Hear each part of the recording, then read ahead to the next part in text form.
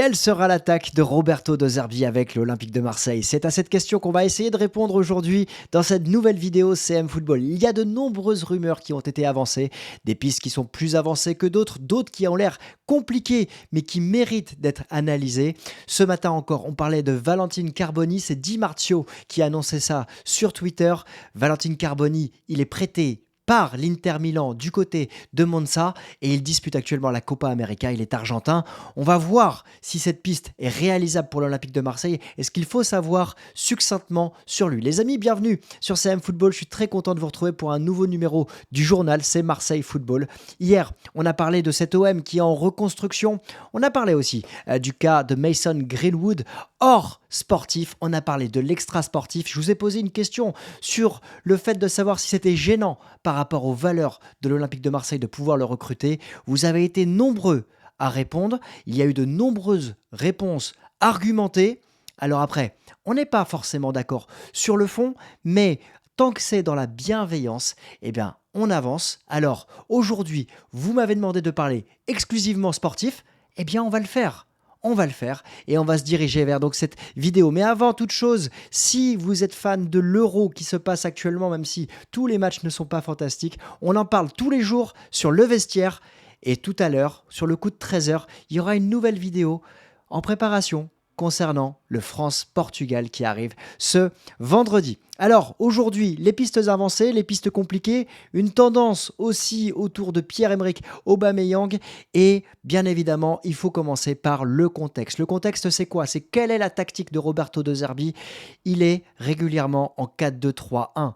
En 4-4-2, ça lui arrive, mais on a ce double pivot qui est devant la défense et ensuite on a ces trois joueurs offensifs qui vont accompagner un attaquant. Quand on connaît ce schéma tactique, il faut savoir quelle est la base de l'Olympique de Marseille et sur quel joueur Roberto De Zerbi peut compter aujourd'hui. On sait qu'Iliman Ndiaye finalise son transfert du côté de Everton. On sait que Ismaïla Sarr n'est pas du tout certain de rester du côté de l'Olympique de Marseille est également une réelle monnaie d'échange pour dégager des fonds pour aller recruter un futur joueur. Mais à l'heure actuelle, Ismaïla Sarr est toujours un joueur de l'Olympique de Marseille. Il y a des interrogations concernant Amin Harit et moins du côté d'Ounahi. Les dernières tendances, les dernières rumeurs disent que Azzedine Ounahi sera un joueur de l'Olympique de Marseille pour la saison 24-25 et que Roberto De Zerbi compte sur lui pour le faire progresser. Première question, est-ce que vous êtes d'accord avec ça? Deuxième chose, Amin Harit, il n'y a pas réellement de rumeurs autour de lui qui l'amènent à partir, mais il n'y a pas également de signaux qui l'amènent à rester. Alors on sait à part qu'il a un contrat évidemment avec l'Olympique de Marseille, mais il y a une question qui se pose autour d'Amin Harit parce que, on le sait, cette saison, l'Olympique de Marseille ne va disputer que la Ligue 1. Donc, est-ce que c'est nécessaire d'avoir des doublons dans nos postes offensifs, en tout cas? Et puis, il y a ce poste de ailier gauche avec Luis Enrique, qui est revenu de près et qui, on va le voir, peut-être une solution intéressante à travers les pistes qui sont étudiées actuellement. Et enfin, il y a le poste d'attaquant où aujourd'hui on a deux profils qui sont, selon les personnes, selon les analyses complémentaires ou non, on a un Pierre-Emerick Aubameyang qui est un titulaire indiscutable, indéboulonnable, que personne, je pense, ne souhaite voir partir. En tout cas, moi, je ne souhaite pas le voir partir. Et Faris Moumbagna, qui a été touché par rapport à ce qui s'est réalisé autour de la commanderie à la fin de la saison dernière et qui pourrait se mettre son avenir du côté de l'Olympique de Marseille en question et qui a besoin de s'acclimater du côté de l'OM, lui qui est arrivé en janvier dernier, on le rappelle, pour 8 millions d'euros. Un profil qui nécessite d'être développé, mais aujourd'hui, ce sont les deux seuls attaquants numéro 9 qu'on a du côté de l'Olympique de Marseille. Donc déjà, première question, qui doit rester selon vous? Qui doit partir? Et quelle place vous libérez? Sachant que je vous ai peut-être un peu déjà aiguillé avec Luis Enrique, qui est un des seuls à pouvoir jouer en tant qu'ailier gauche. Alors, du côté des pistes avancées, il y a toujours Mohamed Bachir Belloumi qui attend l'accord entre Farense et l'Olympique de Marseille. Lui s'est déjà mis d'accord, se serait déjà mis d'accord avec l'Olympique de Marseille. C'est une piste qui est très avancée. Foot Mercato l'a confirmé. Il y a d'autres sources qui disent aujourd'hui que le dossier pourrait être à l'arrêt. On sait que son agent travaille pour le placer dans d'autres équipes.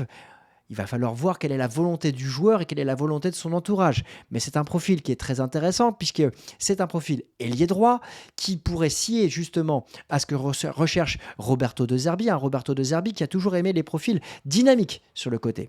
On a un joueur qui est polyvalent, qui est gaucher et qui peut justement rentrer sur son pied gauche et qui, cette saison, a disputé sa seule et unique saison au plus haut niveau en Liga Portugal avec Farense pour des statistiques qui sont plutôt très intéressantes. 7 buts et 5 passes décisives, évidemment, ça mérite d'être confirmé au plus haut niveau. Il a disputé à peu près 60 minutes par match avec Farense. Maintenant, venir à l'Olympique de Marseille, on l'a vu, c'est pas à la portée de tous les joueurs qui doivent s'adapter au contexte de l'OM, au contexte de cette ambiance volcanique et être performant très rapidement. Donc, piste évidemment intéressante à suivre qui nécessitera d'être étudiée plus précisément s'il vient à venir, mais un profil qui pourrait se clôturer autour des 4 à 6 millions d'euros. Ça aussi, c'est un point intéressant pour l'OM. L'autre piste, sportivement, c'est Mason Greenwood, qui est évoqué autour des 15 à 20 millions d'euros. On reviendra sur, évidemment, son tarif à la fin de cette partie. On a un joueur qui a performé avec Retafe.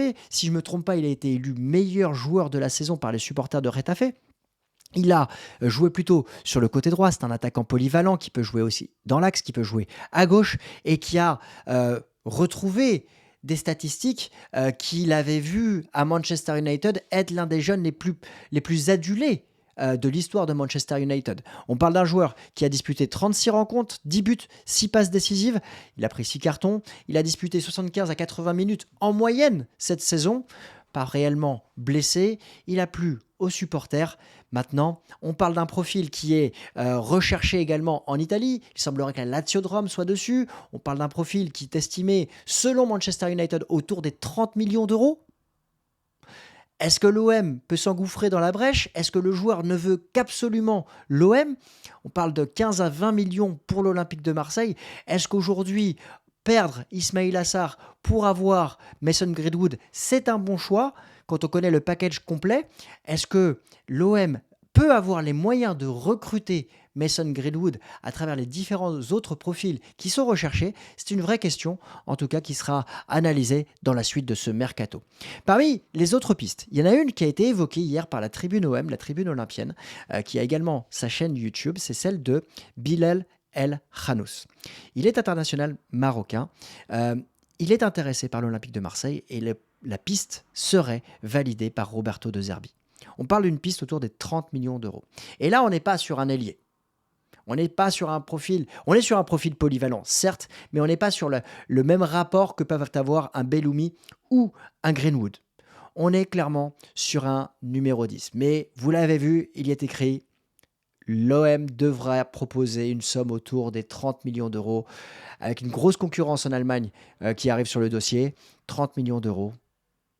Est-ce que on peut y aller? On parle d'un jeune de joueur qui a 22 ans, qui est une vraie pépite. Alors, il nécessite aussi d'être confirmé, mais c'est un joueur qui est regardé de partout en Europe. C'est un joueur qui rêve de jouer au Real Madrid et qui, en France, est en affinité forte avec l'Olympique de Marseille. La piste a été confirmée par différents journalistes, notamment marocains. Il a réalisé cette année 51 rencontres pour 3 buts et 8 passes décisives.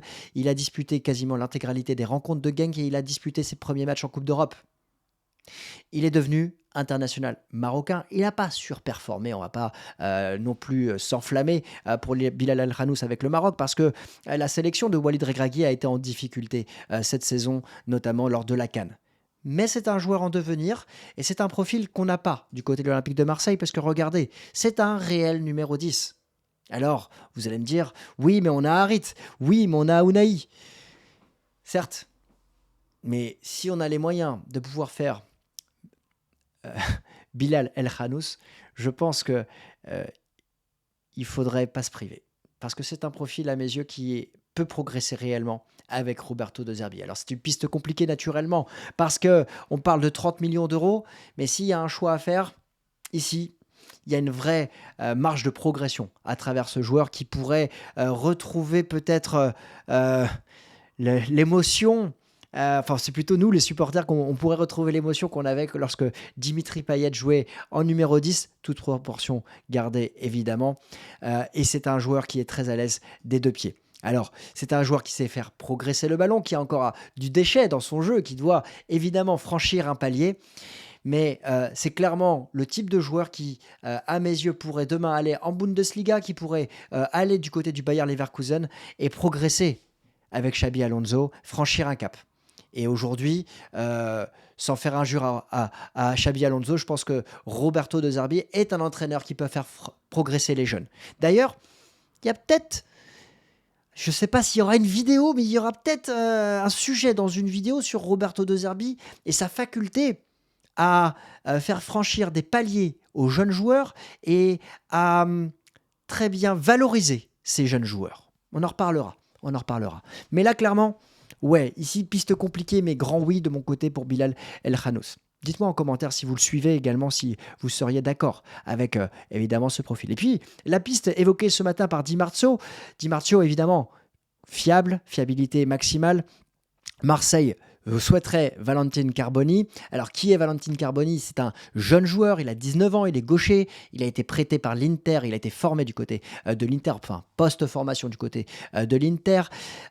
C'est un milieu offensif qui peut jouer dans le demi-espace droit ou qui peut jouer milieu offensif ou qui peut jouer sur l'aile droite. On voit ici Saïd-Map avec Monza cette saison. Il a joué sous la responsabilité de Raffaele Palladino, qui est aussi un entraîneur qui sait faire progresser les jeunes joueurs. Et il dispute actuellement la Copa América. Alors, on va pas non plus s'enflammer. Copa América, il a disputé 13 minutes face au Pérou dans un match où Lionel Messi était blessé. Il n'a pas pu mettre en avant tout son talent, mais il y a une vraie hype du côté de l'Argentine pour tout ce que j'ai pu lire ce matin autour de son profil. C'est un joueur qui fait partie d'une volonté nationale de se faire, de le développer, et pour qui Léo Messi a donné de grands adjectifs qualificatifs. Alors, est-ce que c'est suffisant pour le voir arriver de l'Olympique de Marseille? À mes yeux, c'est un peu jeune, 19 ans. Est-ce qu'il a les épaules pour venir du côté de l'Olympique de Marseille par rapport aux attentes qu'on pourrait avoir en lui? C'est dans ce sens-là que je pose la question. Rappelez-vous Ocampos, rappelons-nous Joaquin Correa, même si on le sait, il n'a pas été exempt de tout reproche par rapport à son attitude, mais il est arrivé également blessé. Ce sont des Argentins qui ont mis du temps à s'acclimater du côté de l'Olympique de Marseille, comme Léo Balerdi. Alors après, on va me dire, oui, Lucho González, c'est autre chose, certes, mais Lucho González, il n'avait pas la même expérience en Europe et ni le même âge. Donc pour moi, je mets pas un bémol, mais j'ai moins de hype que pourrait avoir un Bilal El Khanous, par exemple, qui est déjà acclimaté au championnat européen. En tout cas, c'est une piste qui pourrait se réaliser. Pourquoi que se concrétiser? Parce qu'on parle d'un joueur qui appartient à l'Inter Milan. On connaît les relations entre l'Olympique de Marseille et l'Inter à travers Alexis Sanchez, à travers Joaquin Correa. Ça pourrait se décanter. On va le suivre. En tout cas, on sera attentif. Même si j'ai un bémol, on verra. Pas un bémol, on va pas dire ça parce que sinon vous allez me dire, t'as dit que c'était un bémol. Même si j'ai plus de prudence, évidemment, sur ce profil, on verra plus précisément, à travers une étude tactique, s'il peut convenir évidemment au profil de Roberto De Zerbi. Avant de parler des tendances, il y a un autre profil qui a été évoqué sur les réseaux sociaux, c'est Skov Olsen, le Danois, ailier droit. Encore une fois, un ailier droit qui est recherché. Vous l'avez vu dans les profils évoqués, c'est très à droite et dans le centre. Et ça pose question sur le profil d'ailier gauche. Mais avant de passer au profil d'ailier gauche, il y a cette rumeur qui est sortie de la presse et des réseaux saoudiens cette nuit. Pierre-Emerick Aubameyang qui pourrait atterrir du côté de l'Arabie Saoudite. On parle de possiblement Al-Shabaab. Alors, est-ce que c'est fiable? À l'heure actuelle, je ne peux pas me prononcer. En revanche, vous l'avez entendu de ma bouche ces derniers jours, c'est un profil qui est à mes yeux intransférable, mais quand on dit intransférable, c'est toujours une question d'argent. plusieurs sources sur les réseaux sociaux disaient justement que l'OM pouvait vendre n'importe quel joueur, même Balerdi. Si demain il y a une offre d'Al-Shabaab ou d'un autre club saoudien ou d'un autre club autour de 10 à 15 millions d'euros pour Pierre-Emerick Aubameyang, à qui il reste encore 2 saisons de contrat, est-ce que ça ne permettrait pas à l'OM d'aller chercher un nouvel attaquant? La question, c'est oui, clairement. Ça pourrait permettre à l'OM d'aller chercher un nouvel attaquant. Mais qui pourrait permettre à l'OM de pouvoir marquer encore une trentaine de buts la saison prochaine? Ça, c'est une autre question. Donc, est-ce qu'on est en capacité de pouvoir perdre Pierre-Emerick Aubameyang? Tout dépend de ce qu'on a derrière. Tout dépend de ce qu'on a derrière et de ce que recherche évidemment l'entraîneur Roberto De Zerbi, parce que ce serait un gros coup de perdre Pierre-Emerick Aubameyang. Maintenant, si demain, on me dit, Christophe, tu perds Pierre-Emerick Aubameyang, mais on signe Georges Mikotadze, je réfléchis.